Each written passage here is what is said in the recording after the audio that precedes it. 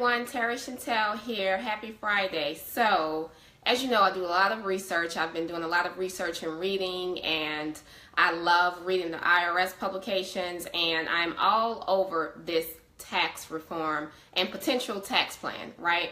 So, I wanted to come in here because I have been putting a little bit of two and two together, and I want to talk about my theory on how Trump and thousands of millionaires are not paying any taxes.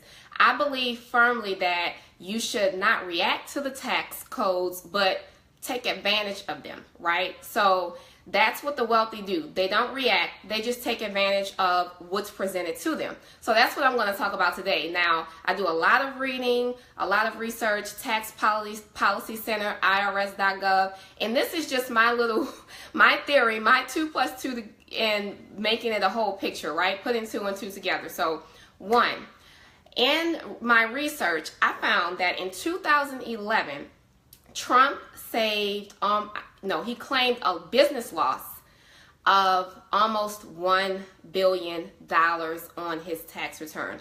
$1 billion loss in net operating losses on his tax return. It was really about $916 million, but you might as well say $1 billion, right? He claimed that large amount of a business loss on his tax return. He invested in some hotels and they didn't go well. He owed all of these creditors. He lost money on it. He owed all of these creditors and he claimed that loss. But let me break down how he claimed the loss. So, yes, share this video because this is juicy, because I really stress, this is why I stress knowing about taxes. It's not something that you just leave for as a boring topic and you just don't worry about it. It is what it is. No, the wealthy keep what they make by learning about their taxes. Like, this is huge. So he claimed this huge business loss, okay? He invested in some hotels. They all failed, didn't go well. He owed creditors a lot of money. So he had to get that debt forgiven with those creditors. Now, as you know, normally when you do a cancellation of debt, what happens? You have to claim that income on your tax return, right? But Trump and his people, knowing the tax code and the tax laws, they were able to sneak in and they did what they call a stock for debt swap. And basically, instead of having to claim that income on his taxes, that income loss on his taxes because they had to forgive that debt, and so you have to make sure that you claim that as income. Instead of doing that, he did a stock for debt swap, which basically means that I will give you stocks of my company in exchange for you forgiving this debt. So that cleared him of the debt, and this was in 1995. I think I quoted the wrong year. This was in 1995. So that cleared the debt. He owed all of this money. About half of that $1 billion was due to creditors. He got that forgiven by saying, I will give you stocks of my companies in exchange for forgiving that debt. That way I don't have to pay that cancellation of debt on my tax return and then pay taxes on that, right? So now what about the other half? So this is what this smart man did. I have to call him smart because he's smart for doing it. So because he got the debt forgiven and he gave them something of value in exchange, there still was this loss that he now could claim as a personal loss. So now, instead of claiming that potential loss as income and paying taxes on it, he claimed it at a full loss on his tax return, which is crazy that he was able to do that. And then on top of that, there's a such thing, if you're in real estate, Trump is into real estate, guys, okay? So if you are into real estate, there's a such thing as passive loss activity. And basically, you're only allowed to claim losses up to a certain limit per year. So what he did is he claimed this big loss on the rest of the property losses on his tax return. And when he claimed that loss, the way passive losses work is you can carry it over from year to year. So let's say I have real estate and I claim a loss on it. Let's say $100,000 loss. Now, mind you, when I say loss, this is not real losses, okay?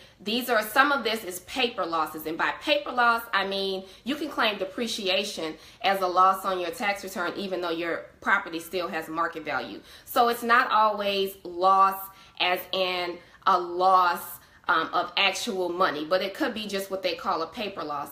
So he claimed the rest of the failed investments in a paper loss and a mixture of other losses, and then he carried that forward from year to year because you can carry it over and claim that loss against other business income. I won't get too crazy with it, but basically in real estate and in certain passive activity, if I had a loss in this business and I made an income in a separate business, I can actually offset this income by the loss from that other business. And so in doing that, he's carrying forward losses and he's not paying taxes on it because, yeah, I lost in this business venture, and I made money in this one, but the loss from this business venture is going to be offsetting the income from this business venture.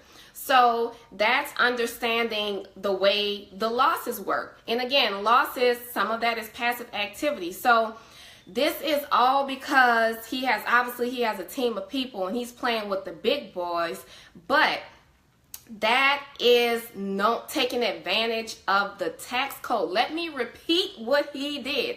He claimed a $916 million loss.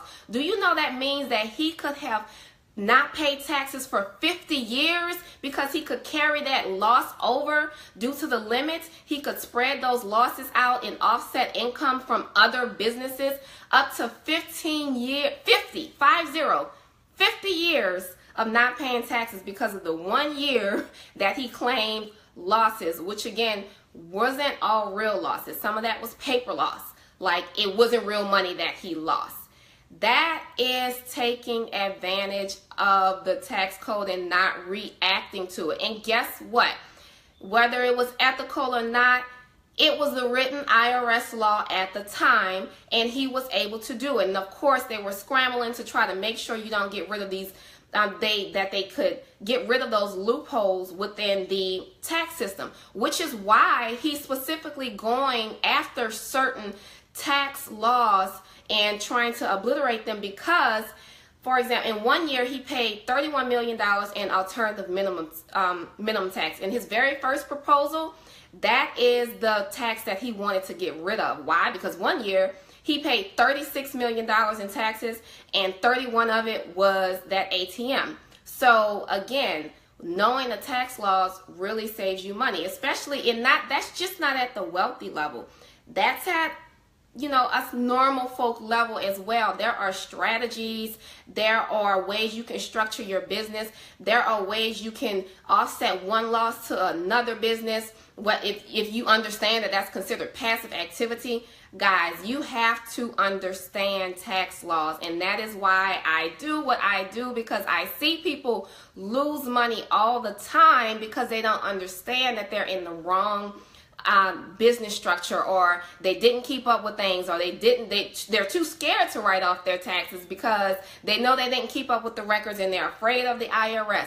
Listen, pay attention, educate yourself, and learn some things, and make sure that you work with professionals that specialize in your type of tax situation. I have a free course right now. You can click the link in this bio, and I have a free class, free game that I'm giving you because there's only so much I can do in a live video. There's really only so much I can do, but I was doing research today and I wanted you guys just to understand by example how knowing the tax code and working it can help you keep what you make. That is what it's all about. Forget about trying to get upset about what's going on. Let's just know what it is so we can figure out how we can work around it and still keep our duckies in our pocket, right? Okay, so share this video, please, guys. I get up here and do this, and that's your thanks to me when you share it. I really appreciate that. That lets me know that you are, you're with me and this information is helping you, and that it saves somebody some money. I hope it saves somebody some money. So, and I hope this opened up your mind, okay, that, listen, you can't just ignore taxes. Really, you cannot just ignore taxes, especially if you're a business person. So chew on that Enjoy your weekend, and I will talk to you guys next time. Make sure you check out the free course. I think that'll help a lot of people. I have a book coming out. Actually, it's available if you press that link as well. Boss Inc. Everything you need to know to start a business. And then I'm releasing the course Taxes for Bosses, which has a lot of strategies in it that spells out strategies just like the one I described that Trump did, okay? Taxes for Bosses will be full of strategies like that, all right? So we will talk to you next time. We'll talk next time, and you guys have a great weekend. Thank you. Watch the replay, Keela. Thank you.